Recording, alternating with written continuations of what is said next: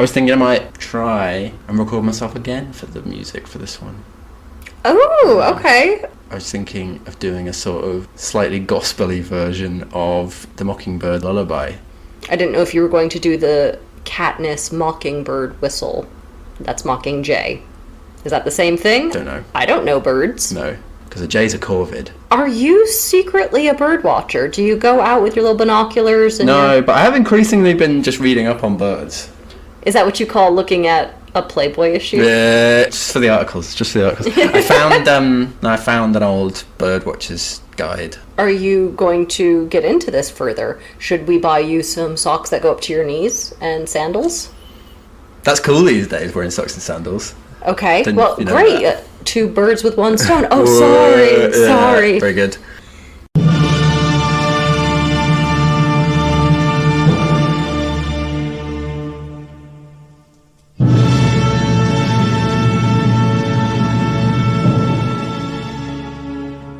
Welcome to Save Me From My Shelf, a literature podcast where we take classic tomes off their pedestal to make you less anxious about reading them. Our jokes come from a place of love and for a specific teaching purpose. However, if you think that making fun of great literature, and maybe some mild swearing, is offensive, this might not be the podcast for you. Hello, you are listening to Save Me From My Shelf. 007 over here is Daniel. The man from UNCLE is Abby. So, if you enjoy listening to Daniel and I, did you all know that you could come study with us here at Aston University? I'm not even on the door, so... They took Daniel's name off the office door today, and he's very insulted by it. No, it's fine. We have an undergrad in English, we have an MA in English, and I take the occasional PhD student. So if you enjoy our program, you can actually get this quality content for 4 whole years. And we also have a Patreon. So again, if you really like our show, you want to help us keep it afloat, you can sign up for our paid Patreon, which comes with a lot of extra perks for you. So a massive thank you to all of our current patrons. Thank you very much, patrons. So Daniel, let's just get right into it. What is our text today? Listeners may recall that in the last series we covered The Adventures of Huckleberry Finn, a portrait of a civilization not quite gone with the wind, as Mark Twain had hoped. It's been 80 years since Twain wrote his novel, and we're going back to check up on the place for a spell. Gently swaying magnolia trees, Spanish moss, boiling pots of sassafras tea, highly codified institutionalized racism backed up by a mass of bigoted vigilantes. It's the same old solid South. But change is gonna come, entirely thanks to one plucky white woman called Harper Lee with her book To Kill a Mockingbird, 1960. I just thought of a funny joke about my set the scene. I wrote it at the back of the bus to sort of get in the spirit of the moment. Like Rosa Parks. Wait, no, she sat at the front of the bus. No, she didn't. She sat at the back of the bus where she was supposed to, and too many white people were in their section, so they basically were like, you need to stand and give up your seat. And she's like, no, it's supposed to be separate Plessy but versus equal. Ferguson. Yeah. I sat in the middle of the bus anyway, so... So you're lying anyway. Yeah. Tasteless and a liar. Is that tasteless? I think that's because it's all about buses, isn't it? The civil rights movement. It's largely, and I, as you know, I'm a bus head. You're a total. Bus head. You're a bus head. Yeah. Okay. So it should go without saying, we are about to spoil this text for you. In terms of the content, there's lots of racial violence, intimidation, and injustice.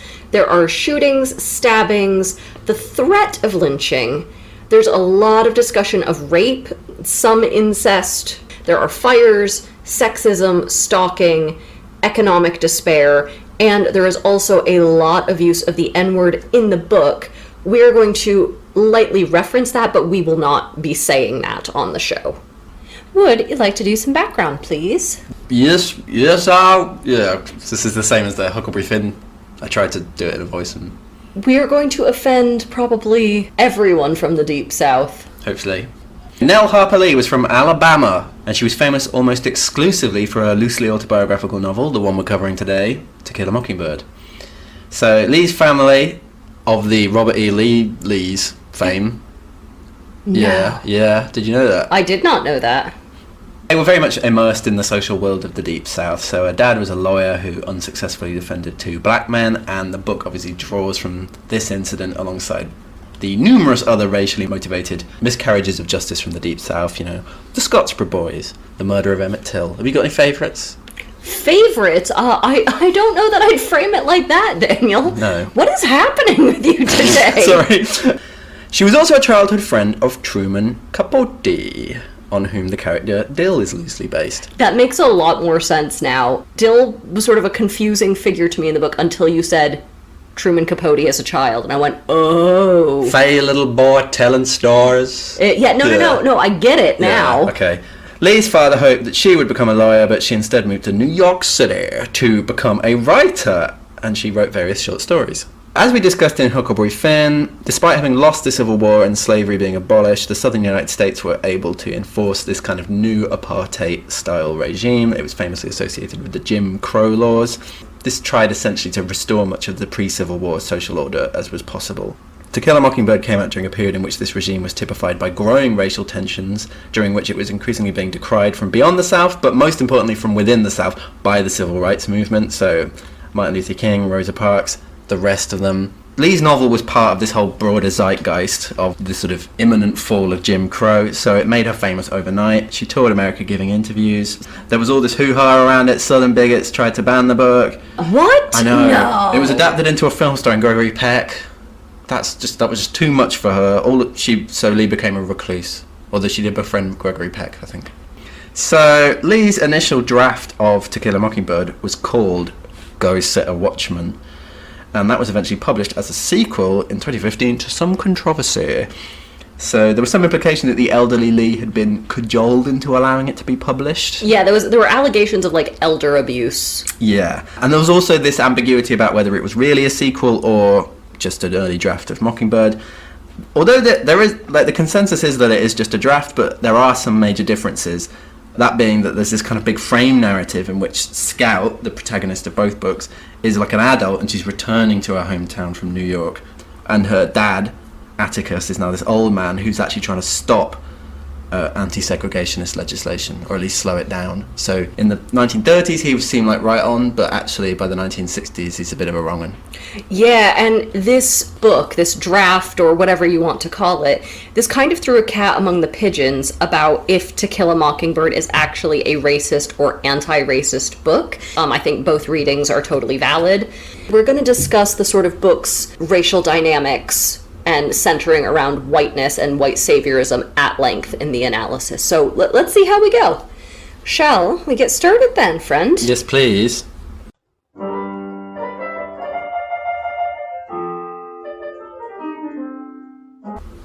So we open on an older narrator, Scout, looking back on her childhood. And when her older brother Jem was 13, he broke his arm. But when did the events leading up to that broken arm start, she wonders. It must have been the summer that Dill came to stay and tried to get Boo Radley to come out. Queer reading. That's not a queer reading. Okay, well let's read Boo Radley under a queer lens then, going forward. Great. All right. Tremendous. How much does that change the story? Significantly, I think. So anyway, this book is about the 1930s childhood of our narrator, Scout Finch, her brother Jem, and their widower father, Atticus. Now, Atticus Finch, he's just a simple country lawyer, but he can't bear to do criminal law anymore after a trial years ago that went pear-shaped and his clients were sentenced to death. This is an important bit of character building. He only does civil law nowadays, for trauma reasons. And he's a lawyer, so I guess we should call it, his grief case instead of emotional baggage?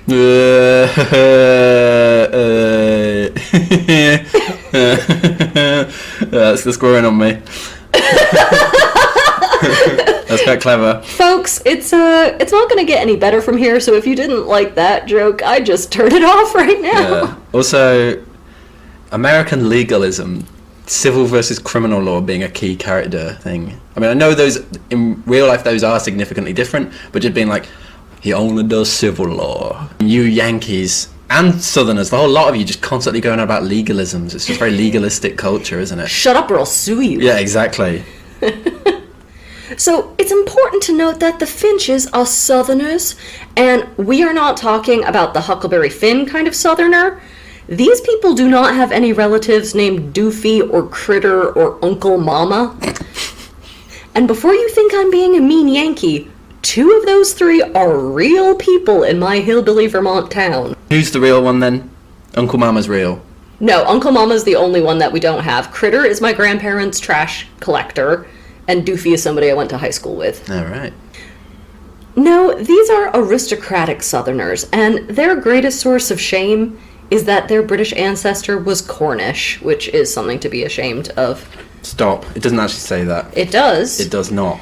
I think it says verbatim, he's Cornish, he was a dirt bag, or a clay bag, or a tin bag. We can't remember. No. Says... It was a source of shame to some members of the family that we had no recorded ancestors on either side of the Battle of Hastings. All we had was Simon Finch, a fur-trapping apothecary from Cornwall. So it's not that he's Cornish, that he's not of an older pedigree. I think you were trying to snatch a neutral statement out of the jaws of an insult. It is a neutral state. This is like very legalistic already. That's what the book invites. Sir, it is not that he is Cornish, that it's Cornishness means that he's not from an older pedigree. Come on, let me get one jab in here about the Cornish. Okay, that's fine. Okay. So the Finches live in Macomb County, Alabama, the playground of segregation. And it's genteel, if a little rundown and sweaty. And we have this great quotation setting the scene for the town. Quote, "Men's stiff collars wilted by 9 in the morning. Ladies bathed before noon, after their 3 o'clock naps, and by nightfall were like soft tea cakes with frosting of sweat and sweet talcum." Yeah, That's nice. a great bit. So, Atticus. And he's called Atticus, he's not called Dad. That's the big thing, isn't it? He's a kind but a detached father. Their kid's true parent is Calpurnia, who's the black cook, and she keeps them on the straight and narrow in Atticus's absence. The kids play in the neighbourhood, but they never go further than the old Radley place. The where? The old Radley place. Do we need a sting for that? It does recur. One summer, a little boy named little Dillweed, he comes to visit his aunt next door and becomes a fast friend of the Finch kids. He's a dreamy boy who explains to them the picture shows. He loves to summarise recent blockbusters. So he's sort of this like 1930s version of Save Me From My Shelf, but for movies. Yeah. Eventually Dill hears about the Radleys, who are this respectable but reclusive family of foot-washing Baptists, quote-unquote, i.e. the type of Baptist that thinks anything that's pleasure is a sin. And they've built up something of a kind of spooky legend in town, the Radleys have. This is because their youngest son, Boo... I'm sorry, you have a son named Boo. That's some classic nominative determinism. You think he's going to grow up to be a creep? You think your family's going to grow up to be a bit spooky? Yeah, you said it. Their youngest son, Boo, was kept imprisoned in the house by his parents after a very tame bout of teenage high spirits. And these are very mild acts of rebellion, like Harold Hill scaremongered about in The Music Man. It's like in 1909, Boo Radley started saying the word swell, or like, once he looked at a pool table, or he vaguely heard about the concept of ragtime. That's enough. Although, Now we know he's gay. going back to your queer reading, maybe that's an element. Did a gay thing. He did a gay thing. 20 years later, having never again been seen by the public, Boo allegedly snapped and stabbed his father in the leg with scissors. He narrowly avoided being put in an asylum, and he went back into total isolation with his family. No one goes near the place nowadays. Never goes near where? The old Radley place. Nobody knew what form of intimidation Mr. Radley employed to keep Boo out of sight, but Jem figured that Mr. Radley had kept him chained to the bed most of the time. Atticus said no, it wasn't that sort of thing, that there were other ways of making people into ghosts. That's a great line. Yeah. Dill, of course, fancies himself as being in a horror film, because he's seen too many, so he wants to make the monster come out and dares the other kids to go up and touch the old Radley place. They think they see a curtain twitch inside. I just love how much Dill loves movies. His dumb little face lights up like Nicole Kidman in that AMC commercial, or like that Fableman kid. Time passes. Dill goes home in the fall. Scout starts school and annoys her teacher because Scout can already read. So like she's like, what do I need you to teach me for? And also because Scout understands a lot of the nuances and local politics of the area, and so she has to keep explaining stuff to the teacher whenever this new teacher puts her foot in it. So there's a lot of really funny stuff sort of seen through the eyes of a child who can't quite understand. And Scout's narrative voice is fantastic. She's very funny, she's naive, a little bit of a loudmouth, overly dramatic, and a total tomboy. I'm gonna go out on a limb and say that she'd probably be bottom of her class in charm school. It's here in first grade that Scout hears about the Yules, who are this tribe of dirty, mean, lazy, ignorant folks, and they send their kids to school on the first day and then never again. Just like as a sort of bureaucratic tick box exercise. Exactly. With the truant officers, yeah. The new young teacher even gets bullied and menaced by an 8-year-old Yule boy. Quote, "Ain't no snot-nosed slut of a school teacher ever born can make me do nothing." Well, there's a double negative. That's how you respond to something like that. I was like, oh, that's like some boys I went to school with, to be honest. Yeah. Scout sees this, horrified, and she's like, unsubscribe. School is miserable. So she goes home and asks Atticus that, if it's okay with you, I'd rather not go to school anymore. School makes me ill. He threatens to purge her illness with a big dose of laxatives, which changes Scout's mind. And then Atticus gives her the central premise of the novel, trying to help her see from the perspective of both the Yule boy and from the new teacher. Quote, "If you can learn a simple trick, Scout, you'll get along better with all kinds of folks. You never really understand a person until you consider things from his point of view, until you climb into his skin and walk around in it." So Atticus absolutely does not talk down to his children. He speaks to them as if they were the most sophisticated type of adult. And we start to see why Scout is so book smart, if not necessarily mature and street smart yet. What was this curriculum thing about? Because the teacher was like, it wasn't even like Scout was like, what do I need you for? The teacher's actively like, no, you shouldn't have learned to read. I need to reteach you to read. Yes. So I kind of thought it was this sort of, whereas Atticus is like, oh, everybody has their own different strokes for different folks. I thought the point was it was like this big bureaucratic structure is just trying to force everybody to learn the same way. Yes, I think that's exactly it, where, rather than letting people develop at their own speeds and do things sort of their way, whatever works for them, it's this idea that we have the correct way of doing things here. She really built this up at the beginning of the book, and then you never hear about it again, this curriculum thing. And I really thought it was going to come up again. I got really obsessed with the curriculum. Anyway. That's because your pedagogy is so good. That's what I was thinking, yeah. I've always said that about you, that the hyphenate is not just in your last name. You are a multi-hyphenate. Don't even know what it means. Podcaster, voice actor, pedagogical expert, ballroom dancer. Identifier of gay literary figures. Bird watcher. Yeah, there we go. So, the year passes very boringly until one day on her way home from school, she scouts something out, doesn't she? She notices something strange at the Radley place. At the where? The old Radley place. There's a tree with a big knothole facing the Finch property, and Scout sees something shiny in there. Why? It's 2 pieces of gum in their foil. And then another day, it's a ring box filled with a couple of pennies, collectible pennies. Is someone hiding stuff there and the Finch kids are stealing it, or is it like a gift for them? They're in a bit of a moral quandary about it until Dill comes for the summer and distracts them. Dill's still obsessed with this local monster, Boo Radley. He makes up a lot of games about him doing increasingly crazed, melodramatic things.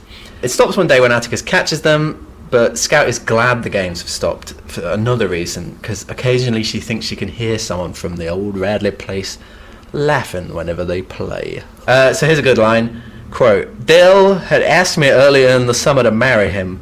Then he promptly forgot about it. He staked me out, marked me as his property, and said I was the only girl he would ever love. Then he neglected me. I beat him up twice, but it did him no good. He only grew closer to Jem." So, but yeah, now we know that Dill is Truman Capote. Yeah, is that a queer reading? He grew closer to Jem. You do the math. Yeah, you whatever. We established in the Alice in Wonderland episodes that we can't do math. So Jem and Dill, they hatch a plan to communicate with Boo Radley. And one night they almost get shot by mean old Mr. Radley for trespassing. Jem loses his pants, aka trousers, I assume, in the struggle, and tells Atticus that he lost them playing strip poker with Dill. The joke is obviously children don't play strip poker. He doesn't really know what it is. It's funny. Another year passes, and the children keep finding little gifts in the knothole of that tree, including this little carved statue of them, a ball of twine, an ancient spelling bee medal, and a whole ass pocket watch, which is like not cheap, especially in those days. The kids decide it's time to thank whoever is leaving the gifts, and they write this really cute little letter that they're going to leave in the knothole. But when they get to the tree the next day, they find that mean old Mr. Radley has filled up the knothole with cement so no one can use it anymore. They're devastated, and even Jem has a good old cry about it. More time passes in the way that it tends to, and we cut to Scout about to beat, and I don't want to mince words here, the living tar, aka shit, out of some kid. Why is she beating the living tar, aka shit, out of some kid? Well, because he's taunting her that her daddy defends N-words. Did you ever get into a fight at school? No. And if I had, it wouldn't have been over anything as laudable as this. I kicked a third grader's ass once. I got fired pretty quickly, but it was so worth it. Very good. Yeah. So now we get to the main crux of the novel. It's not all just whimsical hijinks in the Deep South. There's actually other stuff going on that the kids don't know about because they're little kids. That's kind of the point of the frame narrative or whatever the narration. So the crux is that Atticus has taken on a controversial case. A criminal case, which he'd vowed never to do again. Peas and carrots, peas and carrots. Grits and... what do they have? Yams. Grits and yams, grits and yams. So, when Scout asks Atticus later if he does defend N-words, like the boys said, he's like, of course I do. Don't say N-words, Scout. It's common. It's a class thing. Just have a bit of class. I thought that was really interesting. He knows it's wrong, but presents it as like, that's a bit of a trashy word, not like this is a really awful thing to say. Yeah. Atticus says that Scout's a little young to hear the particulars, but there are a lot of folks around town who say he shouldn't be defending this man. But if he didn't represent this guy, Tom Robinson, Atticus would never be able to hold his head up or practice law again. Atticus says they probably won't win the case, but just because they're already beaten doesn't mean they shouldn't try. Don't be such a bummer, guy. You could win, investigate, find evidence. He's all blues, no clues in this early bit. At Christmas, Scout properly kicks, and I don't mean to mince words here, the living tar, aka shit, out of her snotbag cousin.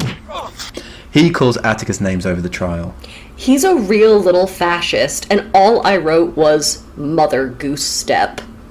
It's funny. I quite like that. So we could do. There's something that could be done with that. I don't know if it entirely went here, but that's the beginning of a joke. Yeah. Scout overhears Atticus saying to a relative that Scout's gonna need to learn to deal with it better because things are gonna get so much worse.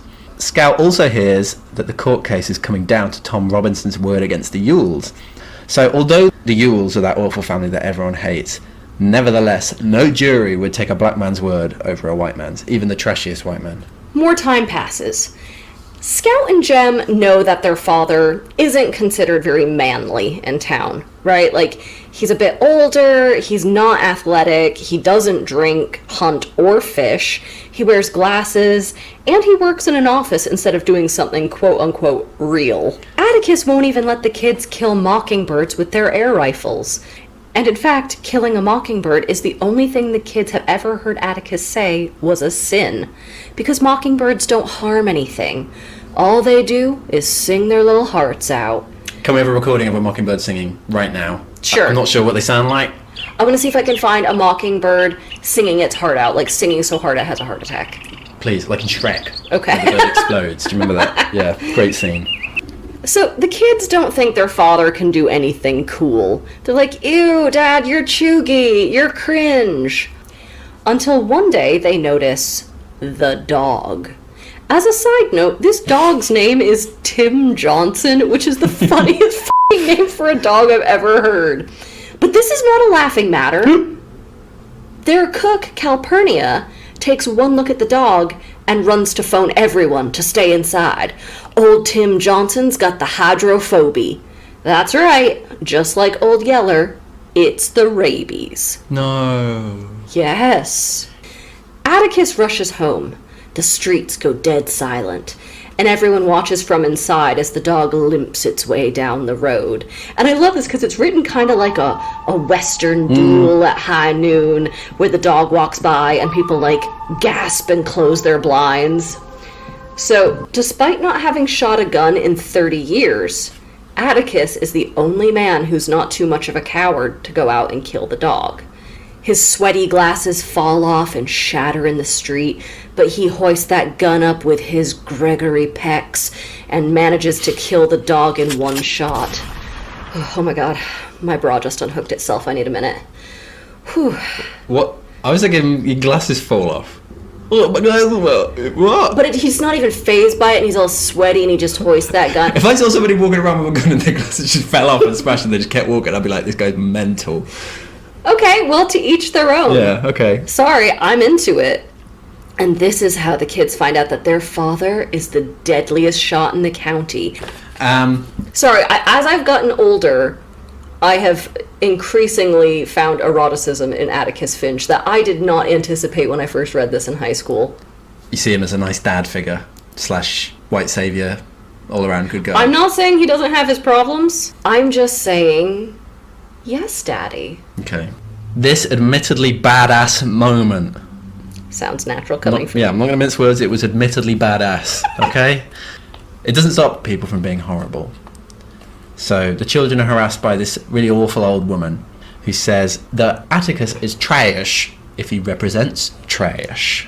The children are shocked. They're used to hearing all this sort of crap from other kids, but now they're being harassed by adults. The children keep being instructed by Atticus to hold their heads up high and to refuse to fight anyone about this thing. As soon as the old woman goes inside, however, the red mist descends on Jem, and he goes berserk, if you will, and he rips the head off every single one of the woman's flowers in her garden. So no one saw him do it, but Calpurnia, she somehow instinctively knows and gives them some well-deserved snacks. Didn't see that coming, did you? That's a great little moment of Calpurnia's connection to the kids, a bit of her interiority of like, yeah, you show that old racist bitch. Atticus hears all about it and makes Jem go and apologise. Scout is horrified by the injustice of it all, but Atticus says that the way we conduct ourselves when the chips are down says a lot about us. And anyway, she's old, you gotta be nice to old people. Yeah, no matter how terrible or racist and child harassing they are, age is the excuse for any kind of bad behavior. I will admit this is where the book lost me a little bit, where I was like, Atticus, no, Jem should not have to apologize for this. She started it. But that's the problem of Atticus, is like the skin of everyone else. Like, it's like, if they're a racist, you've got to walk around in their racist skin and accept that that's the world as they see it. Yes. And, he's kind of, it's perverse, his worldview, isn't yes. it? And also he does really love the sort of like southern town convivencia that everybody's like doffing their, you've got to respect old ladies. Anyway, Jem's punishment is he has to go and read to this old racist every day for a month. What book do you think she asks them to read? I bet it's something terrible. Not only because you've read To Kill a Mockingbird, but because you've read this actual book, Ivanhoe. She asks them to read Ivanhoe. Of course she friggin' does. Mark Twain.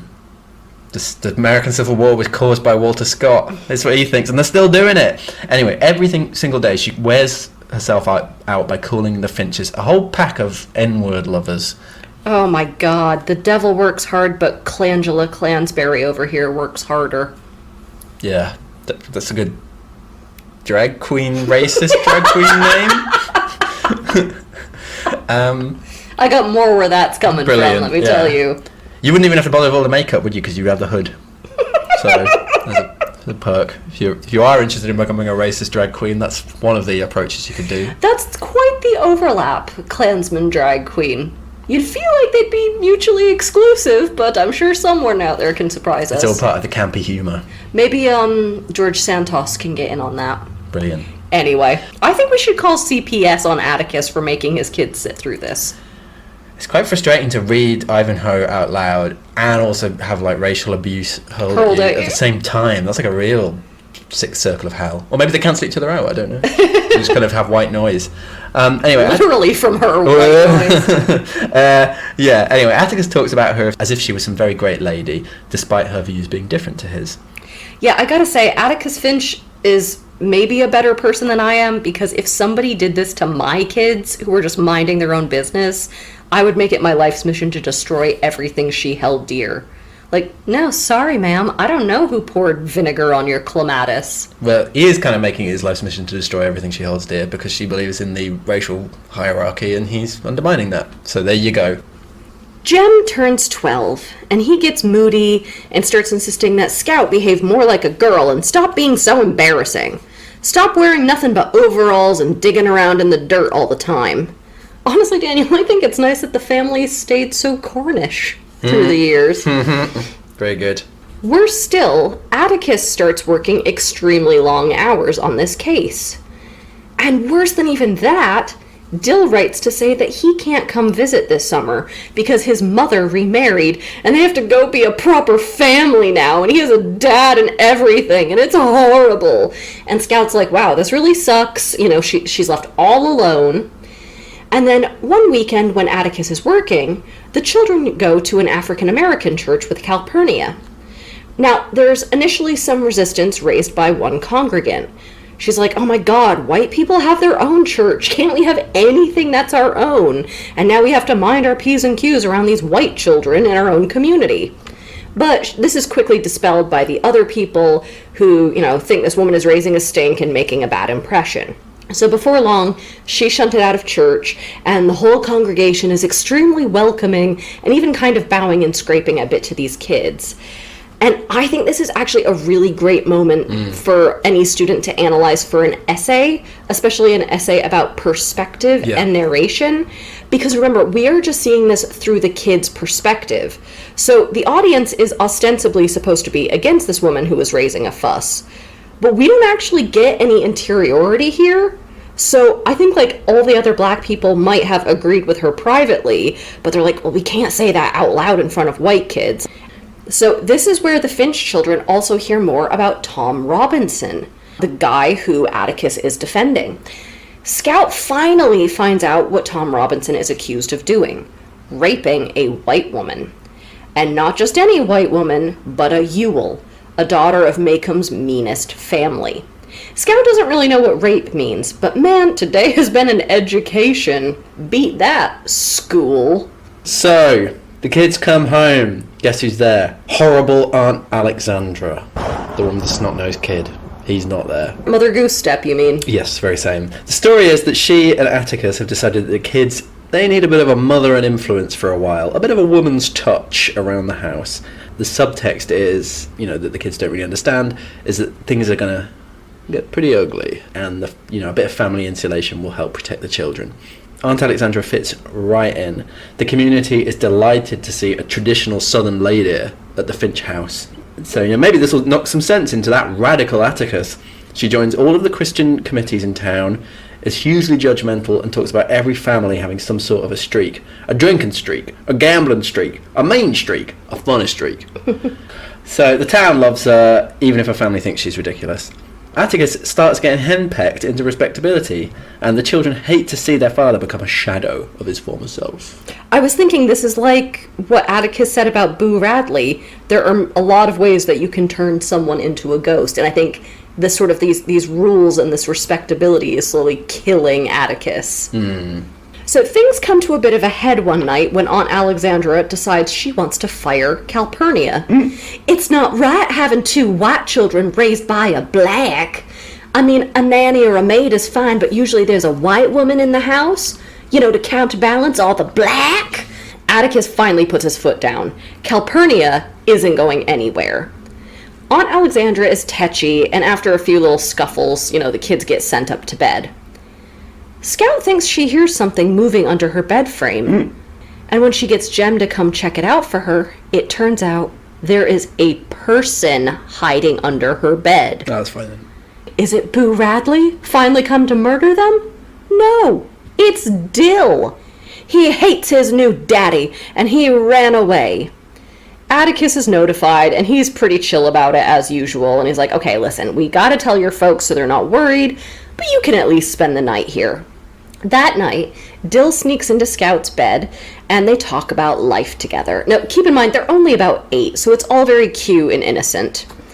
Dill is so much happier with the Finches, and he tells Scout that, you know what, I'm going to stay here, and it's time you and me settle down, we're going to start our life together, and we should get a baby. And the children then speculate on how one goes about getting a baby, because they don't really know the particulars. I heard God drops them down a chimney. Nah, I think they grow on an island, and some man that I know down yonder with a boat goes and collects one for you. Anyway, do you ever think about poor Boo Radley and why he never ran away from home? Well, maybe he has no place to run away to. Dill is allowed to stay, and all is well for a while, until one day a big group of men, classic southern motif, big group of men, show up outside the Finch house. Jem worries it's a gang there to hurt Atticus.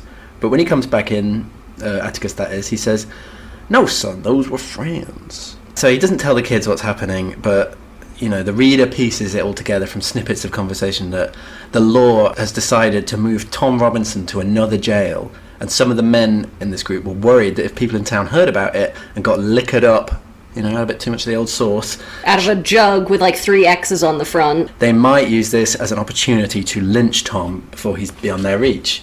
Atticus heads out into the evening. He's clearly going to go to the jail to protect his client. Brings a light bulb with him, doesn't he? Yes, and we're going to talk about that in the analysis bit. Because the porch of the jail is all dark, and he's like, we need to illuminate this, so he brings like a light bulb on a cord. Wire.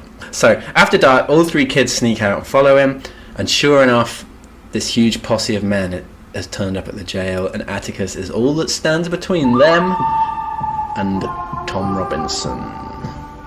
Just as things become incredibly tense, Scout is overcome with the urge to run to her father, and he is just like so pained to see the kids there to witness whatever is about to go down. The men tell Atticus, you got 15 seconds to get these kids out of here. Just as things are about to turn very ugly, Scout recognizes someone in the crowd, and being a friendly little girl who has no idea what's happening, she goes, "Hey, Mr. Cunningham, how's your entailment getting along?" The man looks uncomfortable and avoids her gaze, so she says, "Don't you remember me, Mr. Cunningham? I'm Jean Louise Finch. You brought us some hickory nuts one time, remember? I go to school with Walter. He's your boy, ain't he? Ain't he, sir?" And Scout just starts chattering about how she likes Walter. He's a good boy. He came home to lunch with us one time. And as she goes on like this, she feels a real different kind of tension in the crowd, and everyone goes silent.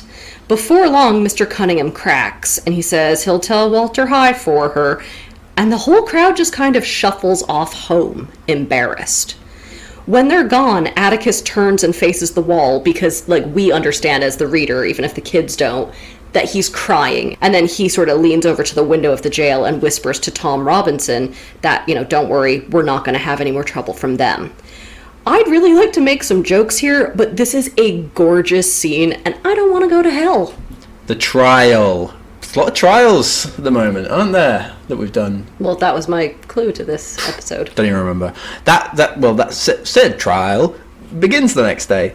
The kids can't go, of course, but they watch the big parade of people heading there in their Sunday best, and they know it's going to be a total circus. Let's have the big quote, because we haven't had that many of these big sort of southern panorama lines for a while. It was a gala. How does it say gala? Gala. Gala. It was a gala occasion. There was no room at the public hitching rail for another animal. Mules and wagons were parked under every available tree. The courthouse square was covered with picnic parties sitting on newspapers, washing down biscuit and syrup with warm milk from fruit jars. Some people were gnawing on cold chicken and cold fried pork chops. The more affluent chased their food with drugstore Coca-Cola in bulb-shaped soda glasses. Greasy-faced children popped the whip through the crowd, and babies lunched at their mothers' breasts. In a far corner of the square, the Negroes sat quietly in the sun, dining on sardines, crackers, and the more vivid flavors of knee-high cola. So, anyway, the kids overhear people gossiping. The court appointed Atticus as Tom Robinson's lawyer. Surely we can forgive that. Surely we can forgive Atticus. No. I've got horrible news for you. Atticus actually intends to properly defend Tom. What? Yeah, that's something that these people can't forgive.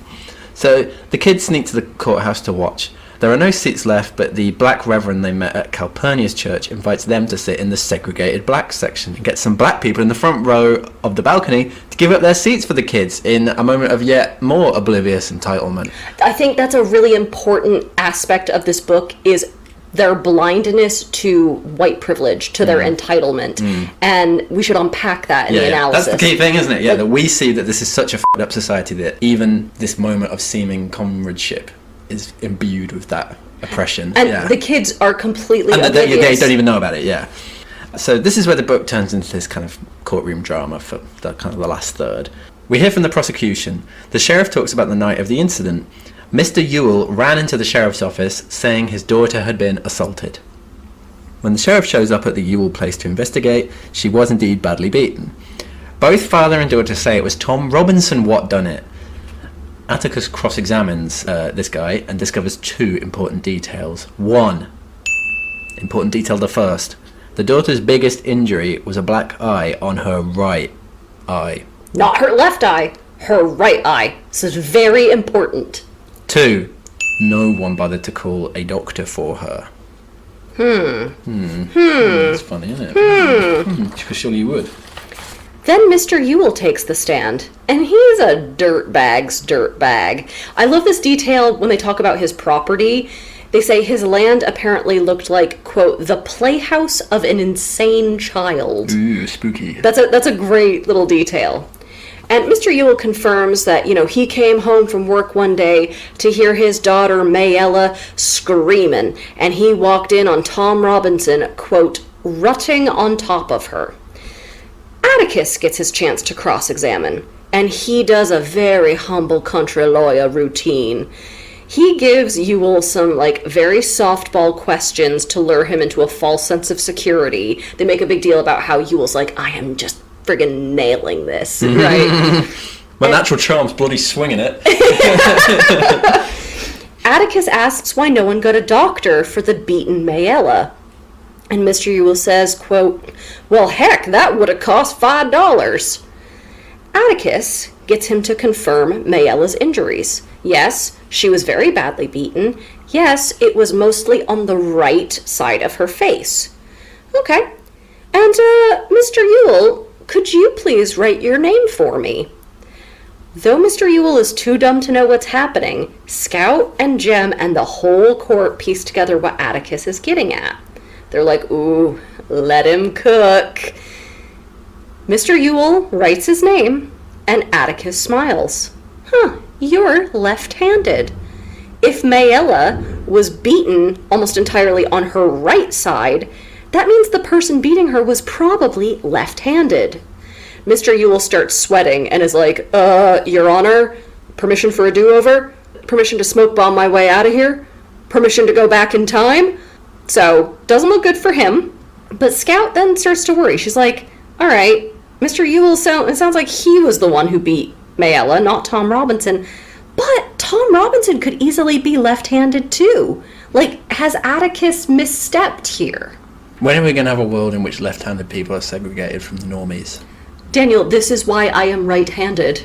Because I am naturally left-handed. And my mother was like, the nuns won't like it. Passing. You're passing. I'm passing. Passing for right. Okay, interesting. We need to talk about the left-handedness as a class thing. That it would have...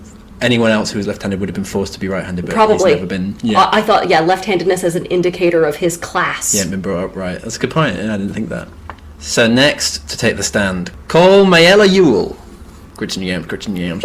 So, she seems a lot more vulnerable than her dad, and she bursts into tears as she tells her story. Anyway, the Ewells live near the small black community in Macomb, where the Robinson family lives, and they occasionally ask Tom, when he's passing to and from work, to do odd jobs for them.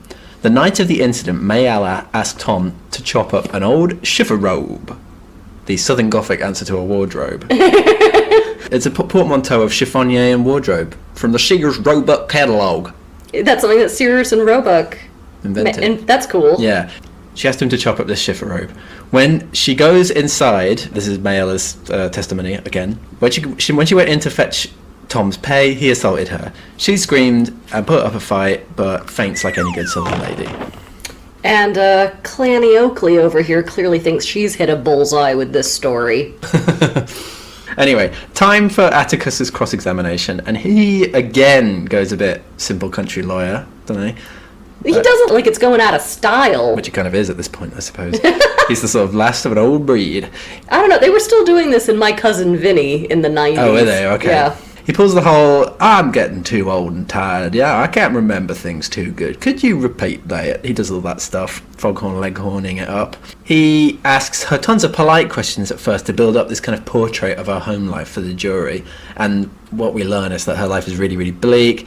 And she even gets furious that Atticus calls her ma'am and Miss Mayella because she assumes that he's like making fun of her. That's how bad her life is, that like a man showing her basic politeness, she's like, this is a humiliation. Yeah. Have you got any friends? What kind of a joke is that? That's what she says. Yeah. It's such a sad bit. Then Atticus segues back to the case at hand. And this is where Mayella's testimony starts to fall apart. She admits that her dad is great, except when he drinks and gets violent. I mean, what? No, he's never beaten me. I never asked Tom Robinson to come into the yard before. Well, maybe I did. No, I can't remember. No, I didn't. Yes, I did. No, I don't remember him hitting me during the assault. I mean, yes, I do. I mean, no, I don't. And everyone's just like, oh, get it together, you sloppy bitch. She tries to get out of it by doing a classic white woman crime, crying. And the judge gets a bit nervous about white lady tears. But Atticus is like, honey, you cry all you want. We have all the time in the world to answer these questions. He's incredibly, like, chivalric to her, but the subtext is, ma'am, would y'all like me to fetch you one of those aluminum rescue blankets so you can play the victim better? Her tears stop soon enough after that. Atticus goes, finally, can you point to the man who assaulted you? And she's like, yeah, he's over yonder. It's Tom Robinson. And Tom Robinson is asked to stand up. Scout, who's watching all of this from the balcony, gets nervous because she sees how powerful and muscular Tom is. But once he's standing, the whole courtroom, they go a bit peas and carrots, or grits and yams, if you will. His left arm is 12 inches shorter than the right and incapable of movement. See, he got it caught in machinery as a child and would be completely incapable of beating anyone with his left hand. Then Atticus goes in for the kill. How was Tom Robinson physically able to do all the things you testified with only one functioning arm? You also testified you lived with this huge family that's always around. So if you screamed, where were your family members? Did you scream because your father caught you having sex? Was he the one who beat you? And everyone's like, stop, Atticus, she's already dead. Mayella refuses to answer any further questions. Bring in the shiffer robe. Bring in the broken shiffer robe. They're like, it's in a veil as a surprise witness. but it's all broken, isn't it? They're like what I'm thinking more like letters to Santa Claus. There's like all pieces of the shiffer robe being put on the judge's desk. Anyway, Tom Robinson, he's taken the stand, and Scout notices that he's quite a handsome man. Yeah, she has almost her first little stirrings of puberty here, where she's like, put your biceps away, Jeremy Allen Black. That's not my joke, that's an Abbott Elementary joke, and you don't get it anyway. No, don't get anything that you just said. He's like, oh yeah, Mayella did always have me do odd jobs around the house, seemingly every time he passed. Yeah, it becomes very clear that she's finding reasons to engage with this guy all the time. Like, she's flirting with him. This is what Scout says. As Tom Robinson gave his testimony, it came to me that Mayella Ewell must have been the loneliest person in the world. She was even lonelier than Boo Radley. On the night of the incident, Mayella invited Tom into the house for a chore. It's like a sort of classic, the cable's out, let's get the cable man, it's classic. The Southern Gothic version of a porno? Yes. I'm so glad you two plumbers are here to fix the pipes. When Tom, invited to the house to do this chore, notices that all the kids are gone, she says that she saved up money for an entire year for this day to send the kids out to town for ice cream. Wow, Planned Parenthood here really thought this one out. Very good. Thank you. Then she jumps on him and starts kissing him. She orders him to kiss her back, saying she's never kissed a man before and what her pa does to her doesn't count. My daddy's a dollar store Epstein. Ugh. Yeah, Confederate dollars. Oh God, we're worth even less. Tom pushes her away to escape, but it's just then that Mr. Yule spots them through the window. He goes after Mayella and Tom ran off. That's what happened in Tom's testimony. It was a classic Schifferobe honey trap sort of situation. That's how I got you to agree to do the podcast. Yeah, exactly, yeah. There's a Schifferobe that needs recording in here, Daniel. The other lawyer does his cross-examination. Why, Tom, did you do all these chores for Mayella with no pay? And, he levens his cross-examination with plenty of the old racial epithets. Oh good, how refreshing. Yeah. Tom makes a mistake. He says it's because he felt sorry for her. The nerve. Yeah. Yams and grits, yams and grits. The world's turned upside down. A black man pitying even the world's most miserable white woman. She's still a white woman. How dare he? It's at this point that Dill starts crying so hard that he has to run out and leave the trial. Dill's just sick with the injustice of it all. Quote, the way that man called him boy all the time and sneered at him and looked round at the jury every time he answered. And this is what Scout says. Well, Dill, after all, he's just a Negro.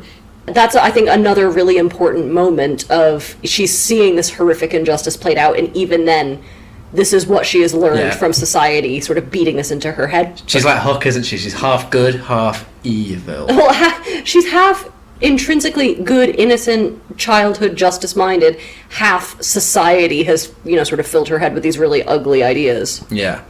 Dill's from Mississippi, isn't he? And I was just thinking it was quite bad if someone from Mississippi is shocked by your racism. Yeah, whoa. Okay, maybe I should tone it down a bit. Anyway, the point is that Dill hasn't yet learned to be passively racist, like Scout even has. So, back at the trial, Atticus gives an impassioned final speech, and the kids know their father has won the case. If the Schifferobe don't fit, you must acquit. That's what he says, right? The jury deliberate, and they're out actually for a good while, and they come back. Tom Robinson is guilty. Wait, what? The children are in shock because all the evidence points to the Ewells perjuring themselves. There is no evidence supporting this rape story at all, but it doesn't matter. Tom is taken into custody, and Atticus walks sort of proudly but mournfully out of the courthouse. And as he does, Calpurnia tells the children in the balcony, "Stand up, your father's passing," which that always gets a little bit of a tear out of me. Later in town, Mr. Ewell confronts Atticus. "You think you're better than me?" And Atticus is like, "Well, no, sir, but unlike you, there's a bar I've actually passed." Mr. Ewell spits in Atticus' face, and he says he'll get them if it's the last thing he does.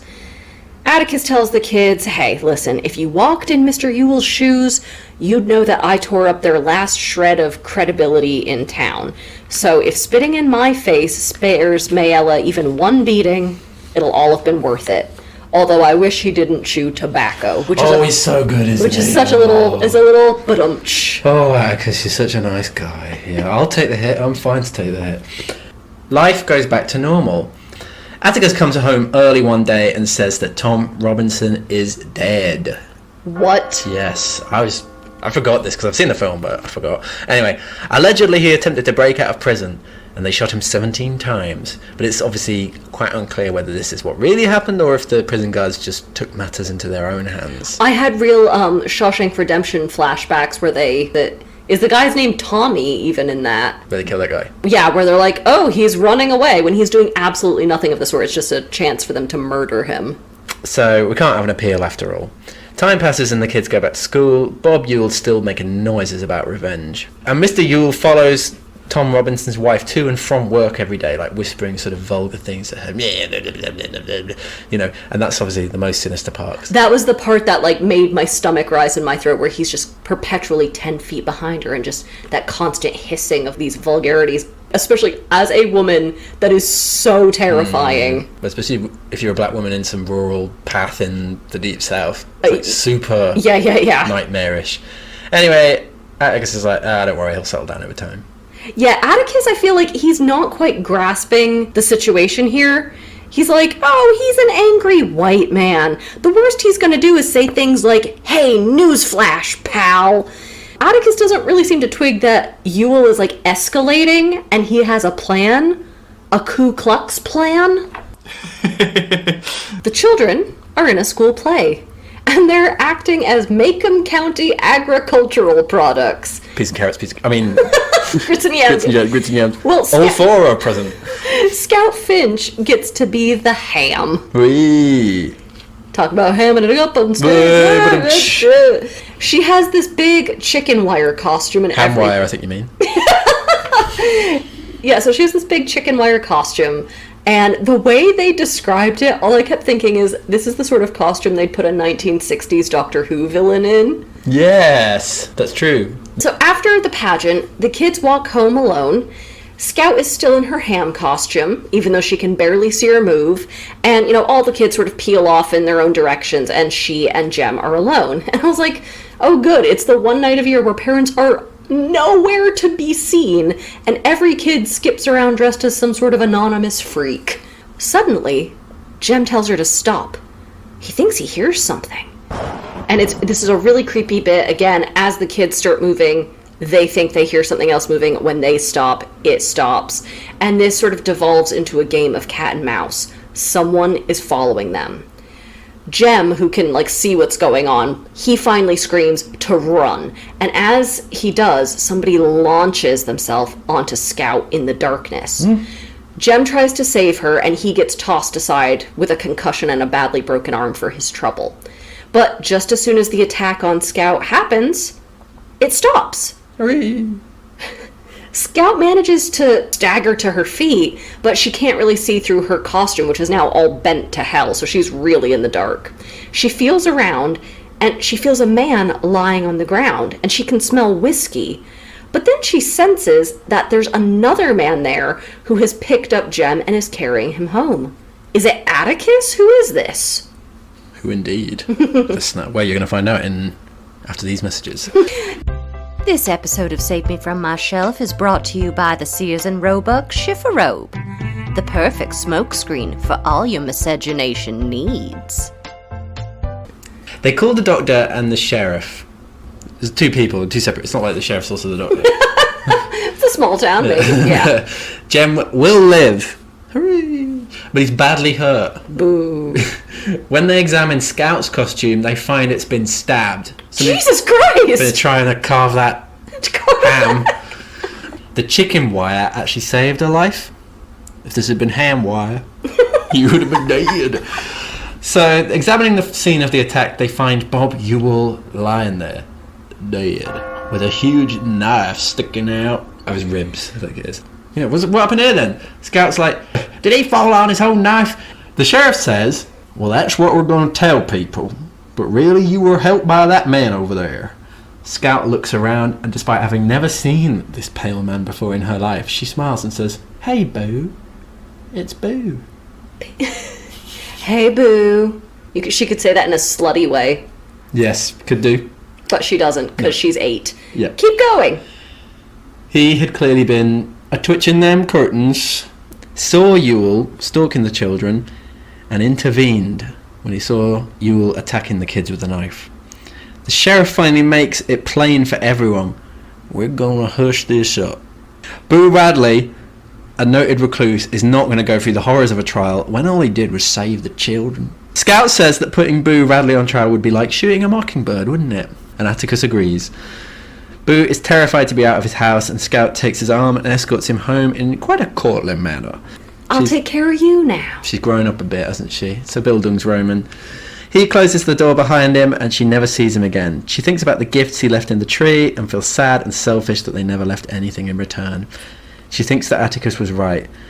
You never really know a man until you stand in his shoes and walk around in them. Just standing on the Radley porch was enough. The end. I still got a little bit of a shiver as Even when I do Yeah. it. Yeah, that is moving. Even Yeah. with your bullshit. Yeah. That's how powerful the writing is. Or my hilarity. Yeah, that too is an option.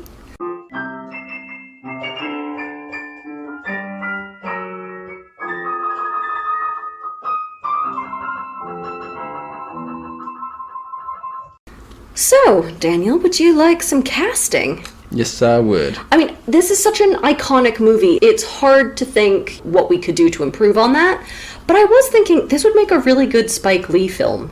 Because Spike Lee does childhood and sentimentality and humor really well, but he always manages to give you a gut punch, especially about racial justice. And I was thinking, the actor today, I don't really like this actor, but I think he's the one who could most embody Atticus, is probably Adam Driver. Ah, yeah, I can see that. I think he's got all the qualities that you would need for a good Atticus, and he kind of has the rumbly voice like Gregory Peck. And he's kind of a bit strange in the way that Atticus is strange. Exactly. Yeah. I want for Mr. Ewell either Sam Rockwell or Tim Blake Nelson, although those poor guys are always so typecast, but they would really make a meal out of that role. And I wondered if John David Washington would be a good Tom Robinson. It's Denzel Washington's son. And he was in Black Klansman, which is also a Spike Lee film, with Adam Driver, so we could get the gang back together a little bit. Okay, how about some bad Goodreads? While the plot was very gripping and well written, this book didn't actually instruct me on how to kill a mockingbird. 1 star. Come on, write something useful, like... These jokes are all over Goodreads. All you have to do is scan down about 3 times and see 10 other comments like that. At least make the joke a bit more unusual, please. It's a shiver road. I'm laughing at my own joke. Yeah, anyway, that was a miscarriage of justice as well. I couldn't get on with it. Too slow, and doesn't work as a whodunit, because now we have DNA evidence. 1 star. They did it in the 30s when it's set, or the 60s when it was published. More importantly, it's not who done it. And it's not even We know who done it. No one done it. God, That was- the locked room mystery I know. of Atticus Finch is another one of his mysteries to solve. That would be good. That would be such a sort of trashy way of like Capitalizing, ruining this book is to have a whole series of Finch adventures. All right. I couldn't hold my head high if I didn't solve who killed the dowager on the gambling boat.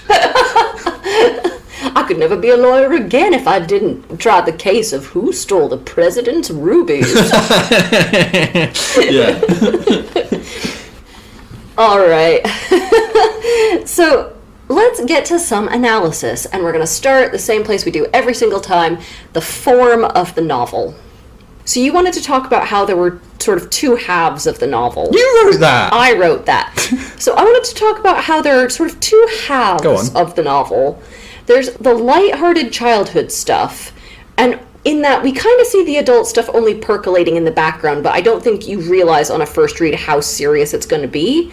And then the second half of the novel is the trial and its fallout, and they really complement each other.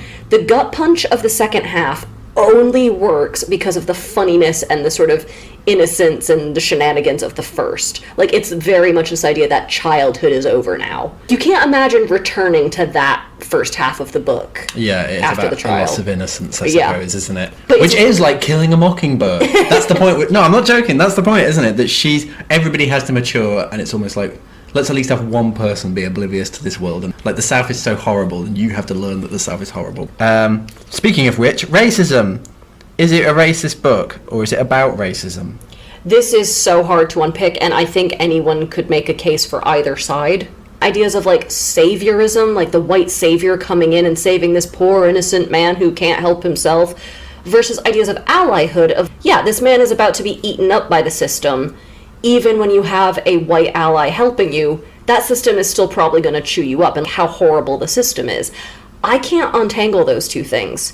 Atticus is also the only active person that we see who is operating on behalf of the whole black community. It seems like the black community, apart from raising some money to help Tom's wife while he's in jail, the black community, we don't see them doing anything.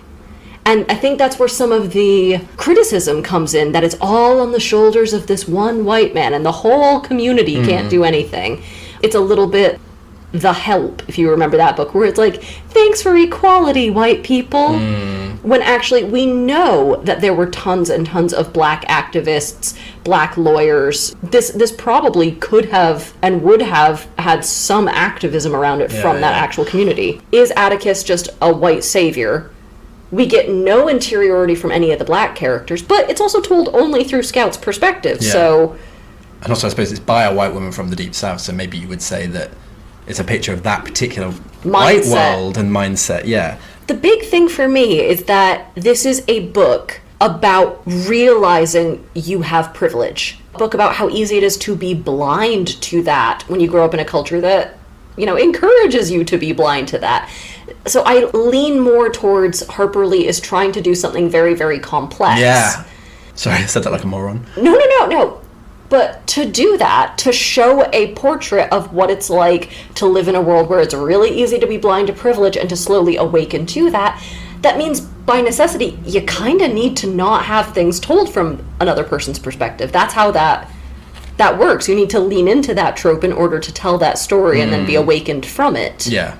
In that sort of classic Bildungsroman way. Yes. Yeah. I was thinking that, like, the thing about white savior versus ally, that I think the point is that they're a lot harder to separate. Yes. In real life, or indeed in this story, and I was thinking about this about like paternalism, because it's also a lot about being a dad, or it's about dads, isn't it? And Atticus is quite a strange dad, because he's simultaneously very like supportive and kind of relaxed and kind of but he's like a really nice dad, but then he also is very formal and kind of authoritative in his own kind of benign way. And there's also the whole like them calling him Atticus not dad or sir or something like that. He's like sort of half dad, half not a dad. And I suppose in the same way that it's got that ambiguous portrayal of paternity, it's also got an ambiguous portrayal of paternalism more generally, because obviously, as we've already discussed, Atticus implicitly has this view that like the southern social, racial kind of order is like so ingrained that you can't level it, even though he says in court, okay, we all know that outside of a courtroom everything's unequal, but in a courtroom we can make it equal. Even there he kind of knows that that's bollocks. Yeah. But he still wants to kind of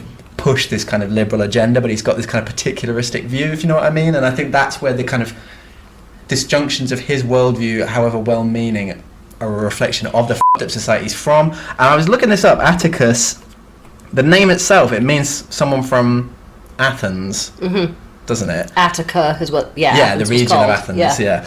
And obviously that's like the home of like liberalism or liberal democracy, and it was like a product of slavery. And I was thinking the same thing was going on here in the South, that what makes him so good is entirely a product of what makes the society so shit.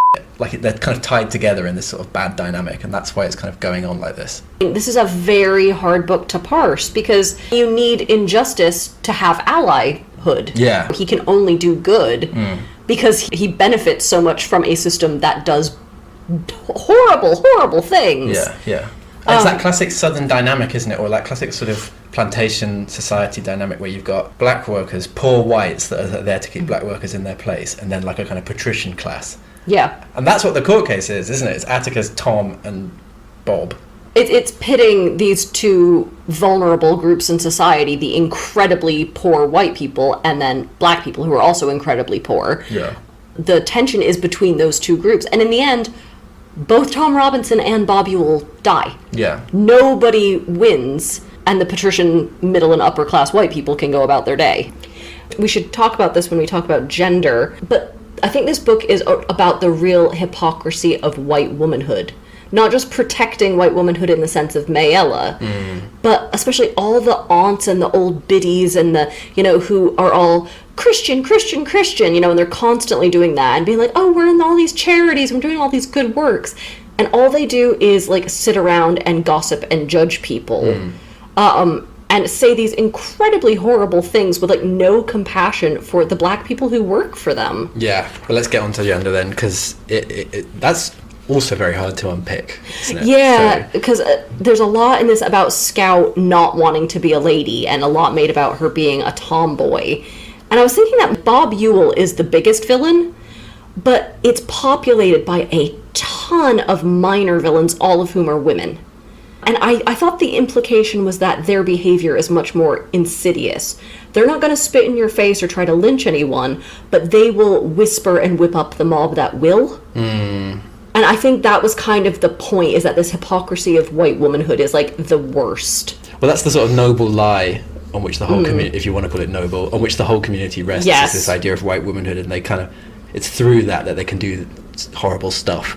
But I was thinking, because Scout is weird, isn't she? Because she has this, like, she doesn't want to be a woman, and there's this quite negative portrayal of women and stuff. But there's a bit in the where she goes to the black church, and the guy's talking about the false accusation, and she goes, "Again, as I'd often met it in my own church, I was confronted with the impurity of women doctrine that seemed to preoccupy all clergymen." So I think she has this feeling that this is a kind of fundamentally misogynistic society as well, and this is being pressed on all of us, and the kind of that hostility to women is the other side of the coin to the white womanhood fantasy. Well, yeah, we wouldn't have this paternalism and the need to protect white womanhood without misogyny. Yeah. And women wouldn't have to do all this, like, this whisper network of all Yeah. this catty stuff if they had actual power in the But society. I think the book is about her learning, again, just as much as she learns that white saviourhood and allyship are kind of ambiguous, so too is she learning that the role of gender in society is also ambiguous. Yeah, exactly. What about class in this? Because we talked about race, we talked about gender. Yeah. The big third point in this equation is class. Yeah. And it's not about being poor, because we get plenty of good poor people in this book. And despite Atticus being kind of middle class, they're shabby genteel. They don't have a lot of money, but they have, like, a good name. It's that Southern Gothic thing, isn't it, where you've got a patrician class that are still pretty shitty Yes, themselves. exactly. So, but it's not about poor. It's about being trash. As I was saying earlier, it has a specific function in the sort of Southern paradigm, doesn't it? That I hate the trash, but I kind of hate them because I need them to keep black people down so they can keep working for me for shitty conditions. You Yeah. know? Like, that's the trash perform an important social function in these societies. Yes, and it's a way when you are impoverished that you can feel better about your own Differentiate circumstances. yourself. Yeah, that's the thing. Like, as the South collapses, the trash and the white patricians are not as different as they used to be, but still you can cling to these myths of and these behaviors. nobility. Yeah. Exactly, Yeah, definitely. What about that light bulb imagery at the jailhouse, right? So Atticus is going to go stand in front of the jailhouse door to protect Tom from the lynch mob, and he brings a light bulb with him to illuminate the porch. Why is that such a powerful image? Can we pick that apart a little bit? I mean, it's Is that a really good idea? well, yeah. So it's that idea of ingenuity, that light bulb moment. I don't think that's coincidental. But also the idea of vulnerability, where Atticus is this lone light in the darkness, trying to shed light on this, but a single light bulb is very vulnerable. And so I quite liked that. But then also the idea of, the brighter you shine, like, you have these moths, these nocturnal creatures drawn to it. Also, I was kind of thinking, like, backwardness, because he needs to string it up to some other house. Like, the fact that the jail doesn't have electricity. There's a very prosaic reading, but I feel like there's that too. But I think that's a good reading of the jailhouse as, like, this kind of place of darkness where maybe injustice happens, Yeah. without somebody there to shine a light on all of it. Yeah. All right, would you like some advice? Certainly would. So I'm going to give you all some advice on essay writing, and this is quite a topical bit of advice, if anyone is sort of watching the state of pedagogy and technology change. So my advice, and I don't say this from a soapbox, I say this to help you as a student, is do not use ChatGPT or other AI. So even if you guys don't care about the environmental impact, which is quite scary, I think most people don't understand how AI works, and it's essentially plagiarism software. It cannot think for itself. It can only steal what already exists online and then reconfigure it. So we all put a lot of trust in software to do a good job, and we're like, well, it's software, it's going to come up with something brilliant. But I assure you, it does not do a good job. It just kind of spits out garbage. It also makes stuff up based on algorithm keywords, so I keep catching a ton of students because they're submitting essays where quotations are completely fabricated. I'm reading it and going, the author never said that in this article. Or they're real quotations, but they're not cited, so it looks like you just straight up plagiarized something. AI also has very limited responses, so just keep this in mind if you're thinking of using it, because you might have ChatGPT spit out an essay or part of an essay. You might think, oh, that looks great, but you don't actually know what your classmates are submitting. And that's another really easy way I keep catching students, because I'll get essays where like 15 of them are basically identical. Now, this is becoming a problem in the real world, because I know a lot of employers who are just throwing out batches and batches of job applications because they're all the same and they're all equally poorly written. So their logic is like, if somebody is already phoning it in and using AI at the application stage, how crap of an employee are they going to be once we hire them? This software is promising you as a student that it's a shortcut to good writing and creative thinking. But the hard thing to swallow is there is no shortcut to that. The writing is the process. The writing is part of the thinking. All AI is doing is making sure that you don't actually learn those skills. So you're not actually learning how to write properly or argue persuasively, and it's actively hurting you and making you unprepared for the real world. So what I always tell my students is that if you absolutely must cheat on your coursework, cheat smarter than this. If you can actually learn how to write properly and research and argue, you're going to be miles ahead of all of the lazier people who you're going to be trying to get jobs alongside. All right, now for our clue to the next episode. And I'm going to give just a very vague clue. We've had some very specific ones over the past few episodes. This is very broad. Our next episode is another two-parter, because this is easily the longest book we have ever read on the show. I'm not quite sure what the previous record holder was. It might have been Ivanhoe or Crime and Punishment, Robinson Crusoe, maybe the Canterbury Tales. This book is probably twice the size of any of those. Please rate, review, and subscribe wherever you listen. Please follow us on Twitter, Instagram, and TikTok. Don't follow us while we're going to work, making vulgar remarks under your breath. Yeah, Daniel already has me doing that to him from work every day. He doesn't need you doing it. It's become like the whole chain of people. Could you imagine? All right then, guys, and we will see you, first of all, next week on our Bookends episode, and then also a month from now with our next proper text. Fare thee well. Right. Thanks for listening to Save Me From My Shelf. Our music is The Overture to Don Giovanni by Mozart, and cover art is by Catherine Wu.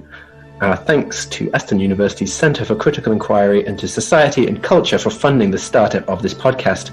Contact us at savemefrommyshelf@gmail.com or at smfms_podcast on Twitter. And do not, I'm going to remind you, do not forget to rate, review, and subscribe. Do not forget. Thank you.